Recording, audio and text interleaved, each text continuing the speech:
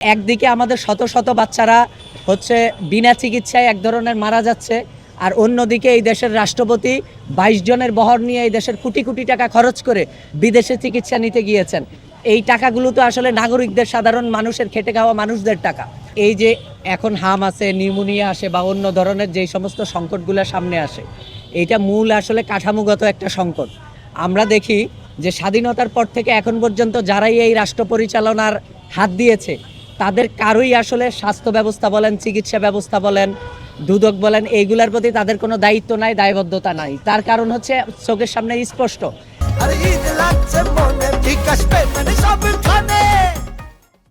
যে একদিকে আমাদের শত শত বাচ্চারা হচ্ছে বিনা চিকিৎসায় এক ধরনের মারা যাচ্ছে, আর অন্যদিকে এই দেশের রাষ্ট্রপতি ২২ জনের বহর নিয়ে এই দেশের কোটি কোটি টাকা খরচ করে বিদেশে চিকিৎসা নিতে গিয়েছেন। তো এইটা তো এই জাতির সাথে আসলে একটা নির্লজ্জতা, বেহায়াপনা, অশ্লীলতা। তো সেই জায়গা থেকে তাদের তো আসলে কোনো দায়িত্ব, দায়বদ্ধতা থাকার কথাও না, কারণ তারা চাইলেই বিদেশে চিকিৎসা নিতে পারেন। এই টাকাগুলো তো আসলে নাগরিকদের, সাধারণ মানুষের, খেটে খাওয়া মানুষদের টাকা। তো আমরা মনে করি যে হাম আসবে, হাম যাবে, এইগুলা যদি স্বাস্থ্য ব্যবস্থা সংস্কার না হয়, তাহলে এই ধরনের সংকটগুলো আসলে হইতেই থাকবে, এবং এই দেশের কৃষক, শ্রমিক, দিনমজুর, মধ্যবিত্ত, নিম্নবিত্তর মানুষরা এবং তাদের সন্তানেরা এইভাবে মারা যাইতেই থাকবে। ফলে আমরা মনে করি যে হাম তো একটা অনুষঙ্গ মাত্র, একটা উপসর্গ মাত্র। এই টোটাল স্বাস্থ্য ব্যবস্থা আসলে সংস্কার হওয়া দরকার। সেই জন্য আমরা আমাদের যে দাবিগুলো আছে, সেই দাবি, ৭ দফা দাবিগুলো নিয়ে আমরা এখানে বসেছি।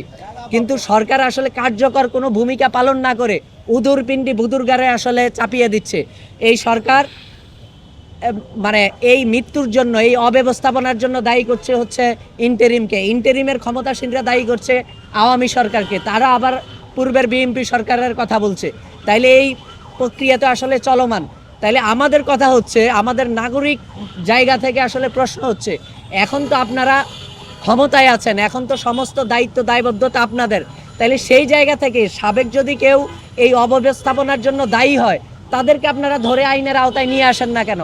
কমিশন গঠন করে কারা এগুলোর জন্য দায়ী, সেটা নাগরিকদের সাথে, জনগণের সামনে উপস্থাপন কেন করছেন না? আরেকটা প্রশ্ন, বড় প্রশ্ন, সেটা হচ্ছে হাসিনা পালিয়ে গেছে, ইউনূস ক্ষমতা ছেড়ে চলে গিয়েছে, কিন্তু আমরা তো হাসিনার হেলিকপ্টারের মধ্যে স্বাস্থ্য ব্যবস্থার সাথে যারা জড়িত ছিল তাদেরকে তো দেখি নাই। শুধু একজন উপদেষ্টা কিংবা একজন স্বাস্থ্যমন্ত্রী তো এই পুরা ভঙ্গুর ব্যবস্থাপনার জন্য দায়ী না, সমস্ত দুর্নীতি, লুটপাটের জন্য দায়ী না।